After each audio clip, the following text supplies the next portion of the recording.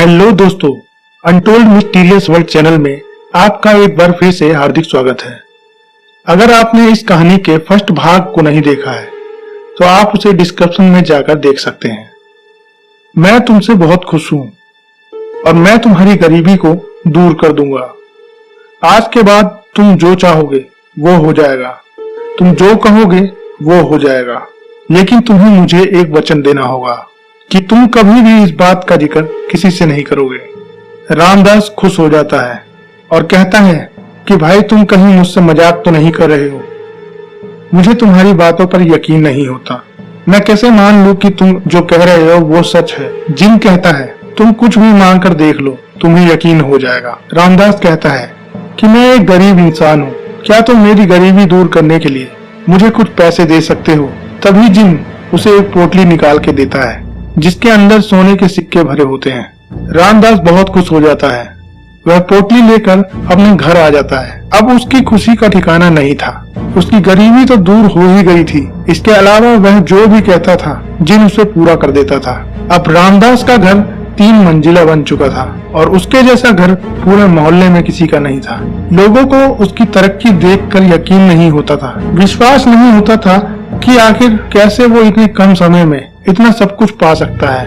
एक दिन की बात है, रामदास का पड़ोसी उसके घर आया और उसे बधाई देने लगा। बोला, रामदास भाई, आपने इतनी तरक्की कर ली है मगर कभी किसी का मुंह मीठा नहीं करवाया। ये बात तो आपकी बिल्कुल गलत है।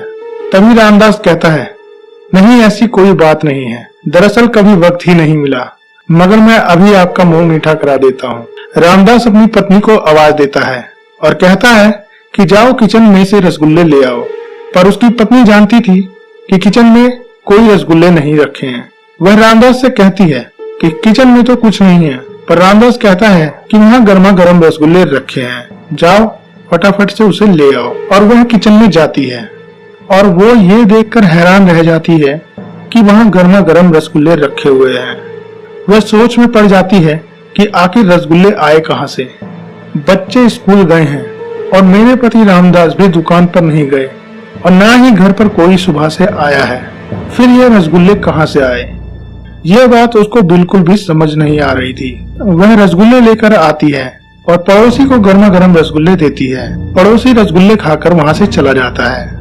अब रामदास की पत्नी रामदास से पूछती है कि आखिर वे रसगुल्ले कहाँ से आए, जबकि घर पर कोई भी नहीं आया और ना ही बच्चे घर पर हैं और ना ही आप लेने गए थे और ना ही मैं लेकर आई हूँ, तो आखिर वो रसगुल्ले आए कहाँ से थे? और वह रामदास के पीछे हाथ धोकर पड़ जाती है इस बात को जानने के लिए कि रसगुल्ले आखिर आए कहाँ से थे।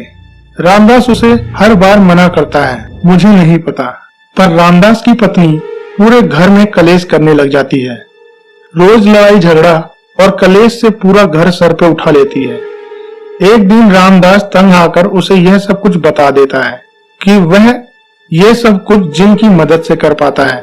उस दिन रसगुल्ले भी वही जिन लेकर आया था और वह अपनी सारी सच्चाई उसे बता देता है, जिस सच्चाई को बताने के लिए जिन ने उसे मना किया था।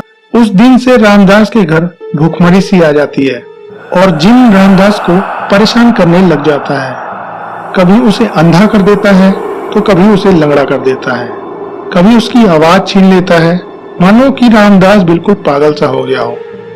आज भी रामदास गाजियाबाद में रहता है पर वह पूरी तरह से पागल हो चुका है। उसके घर की हालत बहुत बुरी है और इस पूरे मोहल्ले के बारे में सारे मोहल्ले वाले को पता है। दोस्तों, हम खुद रामदास से मिल चुके हैं और उसके इलाके के लोगों से बातचीत कर चुके हैं। सभी का यही कहना है कि यह घटना पूरी तरह से सत्य है।